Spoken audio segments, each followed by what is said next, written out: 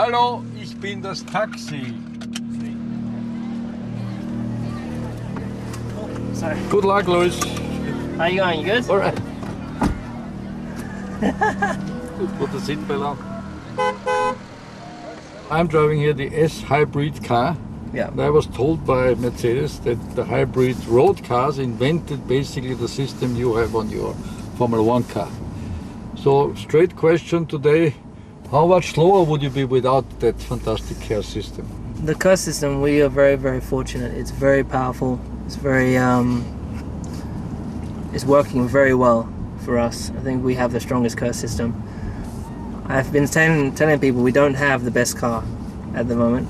We have made a huge step forward, but at the moment our KERS system, it makes up for the loss in downforce that we have.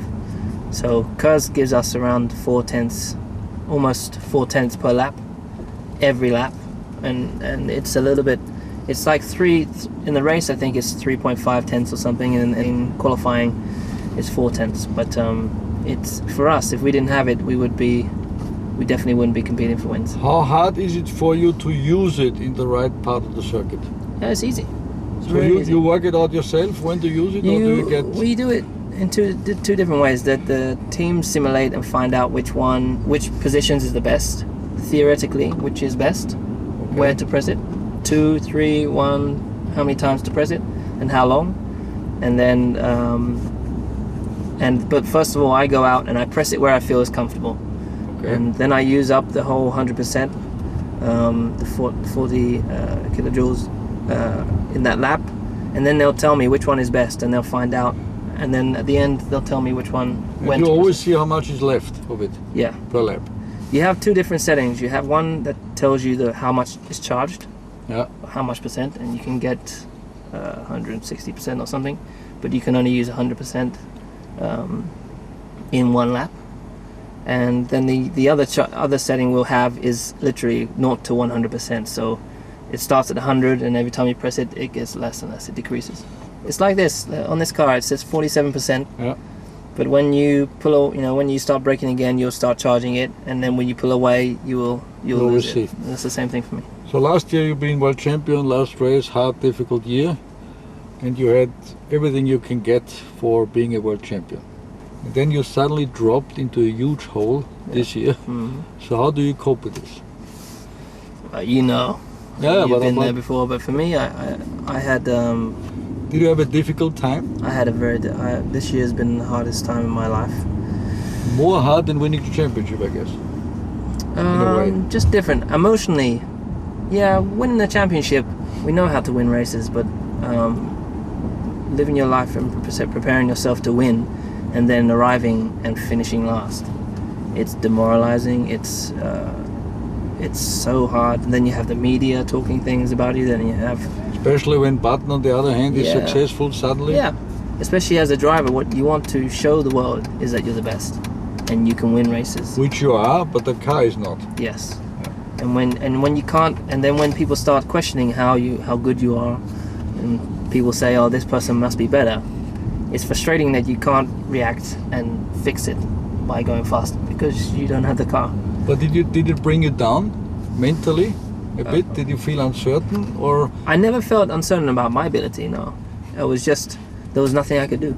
Lots and lots and lots of sleepless nights. Lots of thinking what you can improve. Lots of hard work with my engineers. Lots of pushing the guys. When are you going to get this? When are you going to test that? When can we try this? Lots and lots of pushing, and it's been a very tough season. But the great thing for me was knowing that my team weren't going to give up. If they've given up, then why are we racing? I want to be a part of a team that always pushes, because for me, when I'm driving a car, whether it's good or bad, I'm always pushing. So I want the team to be the same mentality.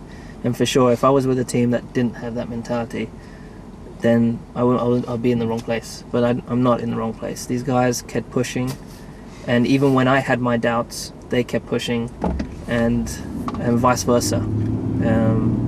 And each weekend when they feel negative, I try to pull them up by saying, hey, we can do it. So Budapest was the turning point from my point of view. Even before, you could see the Germany was a turning point for us. Yeah. The car felt so much better, and there was one lap where I switched the radio on to say, okay, box this lap, and I forgot to turn the radio off, and I left the radio on. I was driving, and I was so excited on the way in, and I was woohoo, you know, it was amazing, you know, I was so excited, and my whole team heard me shouting and screaming, and they recorded it and played it to my team back at the factory.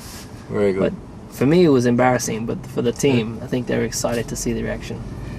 So basically, now you're back happy, everything works well, everybody's pushing in the right direction, and everything is good. You know, the crazy thing is that you would think I got pole position, which I'm very, very happy about, clearly. But because, even though it's our first pole position this year, you would think that it'd just be ecstatic and everything. I still think it's not a perfect lap, and I still want to do better. Yeah. And so critical still, even though we've only... I don't need to tell you, this is the key to always improve yourself and get going and so on. Yeah. Is the car now easier to drive because of Heikki suddenly is there with you, with these aerodynamic changes and things? You know what it's like, well, for us with the technology we have, looking at data plays a huge role. So when I was teammates with Fernando, I learned so much, and I always was catching up, because he would arrive at the track, he knew the track, he knew how to get the best from the car. I was always catch up, and sometimes I'd beat him in qualifying, and other times I wouldn't. And it's the same for Heikki right now. You know, I arrive, I've got the experience of that track, and he looks at the data, catches up, and he's very strong in qualifying. So here we are. I cannot do better. Goodbye. Thanks. We'll catch you later on, okay? Thanks, Niki. Can you driving us back?